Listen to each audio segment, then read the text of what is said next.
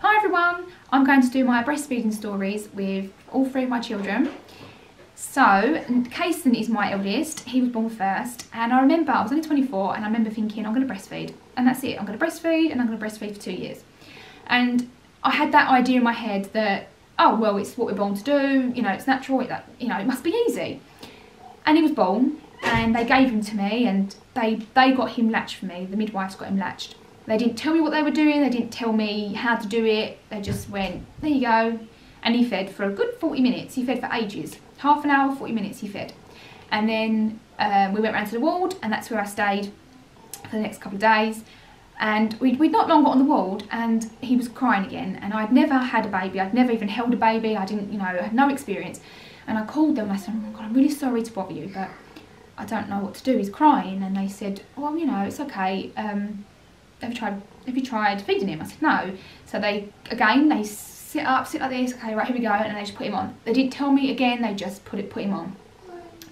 And then yeah, he was that was that. He was fed and he was fine, he fell asleep, and he was sleeping, he slept for most of the night, slept right through to the morning. And in the morning he was a little bit fussy, and then they tried to get him on and no one could get him on. So they said, oh, let's try pumping.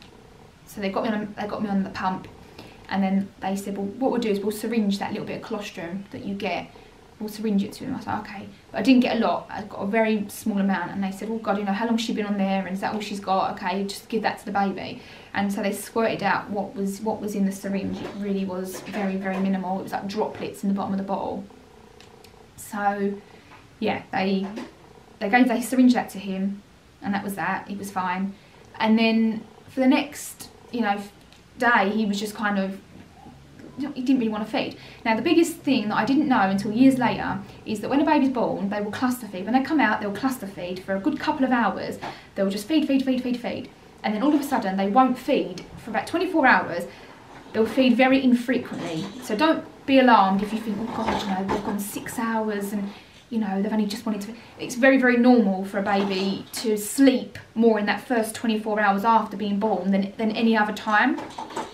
So, because normally a breastfed baby want to be fed every sort of 2 to 3 hours, like, on average.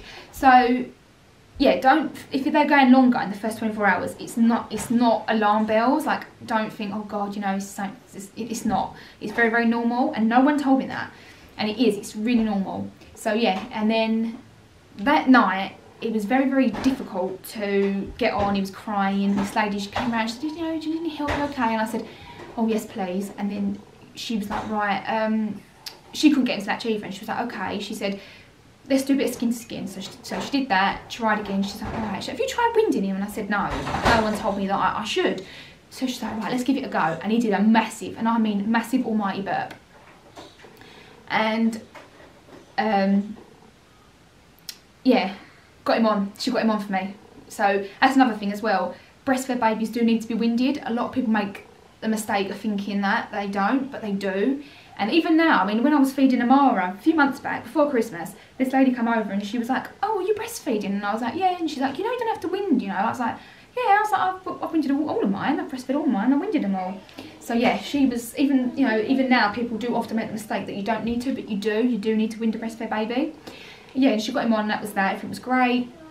And then the next day, same thing happened. He was, not really wanting to latch. So he was like, well, let's try a formula in a cup. And I was like, oh, broke my heart to hear those words. So they tried, but he just was not interested. They was trying to pour it into his mouth, and he was like half asleep. He was just like, wasn't interested at all. And they was like, you can't really go home until he's fed. But again, the first 24 hours, babies will sleep more than they will eat, just because they've got that big journey that they've had. So, yeah, then I finally managed to get home because I'd been in there, he was born Saturday night, and then I went home Monday evening, and by Monday evening, I managed to feed him twice, and I got him on myself. And they gave me some really good tips about, putting a pillow under my arm, and, like good positioning tips. And that was that. I then went home, and then when Kaysan was about 3 weeks old, he was really fussy one night, and this is another thing. No one told me about growth spurts. Leave her. No one told me about growth spurts. Yeah, just feed through them really, just feed through them, just keep feeding, and then the next day you will notice that, no. The next day you will notice that, careful. The next day you will notice that you've got more milk because the baby's been sucky, and it sends messages to your brain to make more milk. So yeah, and I didn't know nothing about growth spurts. I thought, why is this little baby just feeding constantly? But even when he was feeding, he was coming off and he was wailing and crying, and I felt very, very soft, and I thought, God, you know, I've got any milk, and I started to worry, and my mum was like, are you sure you've got any milk? And got to the point where I was just like, okay, I'll go and get him some formula. Okay, knew nothing about anything, thought, just presumed I had no milk, not the fact that it was a growth spurt. So I went all the way to the shop, got him some formula, a little carton, came home, and I said, Mum, you're going to have to give it, I can't bear to give it to him. It's breaking my heart. So she poured it in and done it all and gave it to him, and you know, he drank, I don't know, he didn't drink the whole thing, but he drank a good amount of this bottle. It was only one of them little 5-ounce bottles, and it was only, I don't know how much was in there, but he drank most of it, and he just went straight off to sleep. And my dad was like, oh, see, isn't that much better that he's got a full tummy now? And I'm just like, yeah, I suppose, but I was really kind of gutted. So yeah, growth spurts, that's one thing that no one told me anything about. I didn't know about them until years later. I didn't know nothing about them. And then it was kind of a downward spiral really from there. I mean, by the time he was 7 months old, he was probably being combination fed, and then by the time he was 10 months old, I completely packed up breastfeeding. That was it, done, finished. It was on bottles, and that was it. It got to 1 year, it went on cow's milk, and that was that. So then when I got pregnant with Noah, I was thinking, right, I'm going to breastfeed this baby. And I armed myself with as much information. I watched videos after videos, and I armed myself with as much information as I could.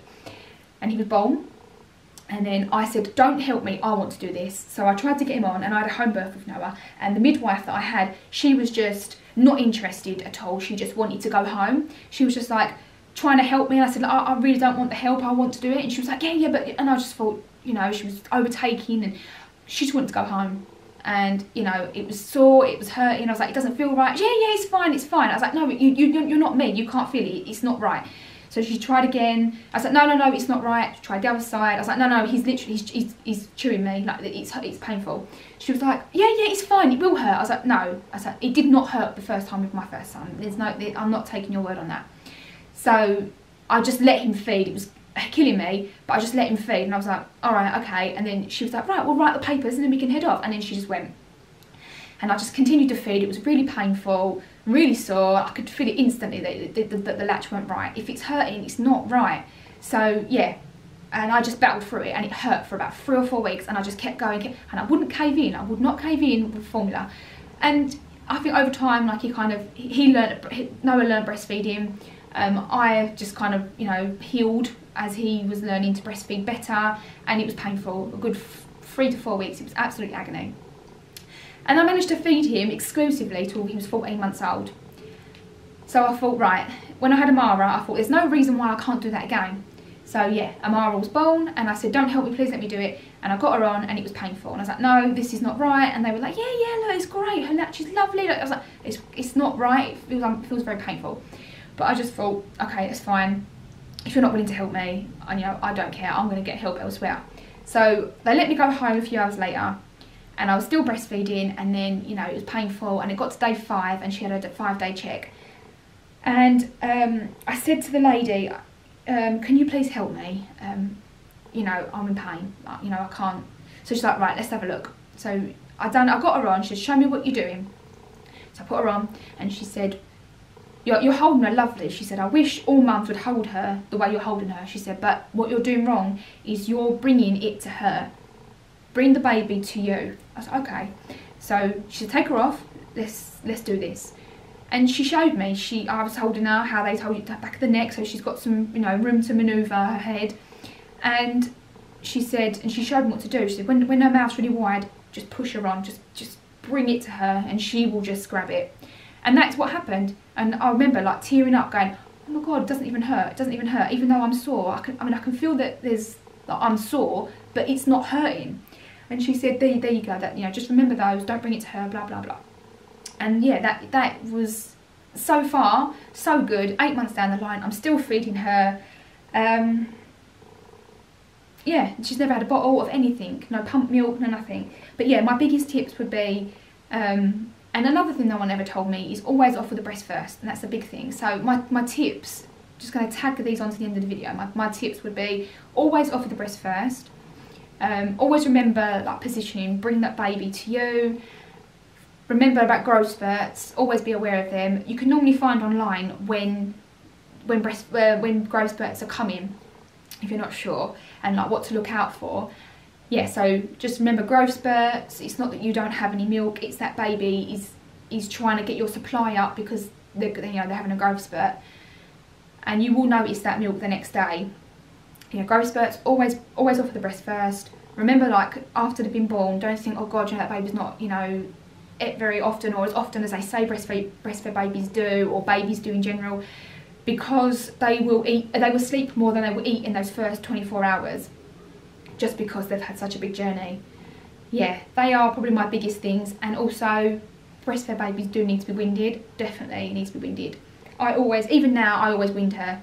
Even though I just sit her up and I just give her a little back rub, and then she brings it up herself. Normally tiny babies, you have to really pat them and lay them down. But with her, I just kind of sit her up, give her back a little bit of a rub, and she brings it up herself.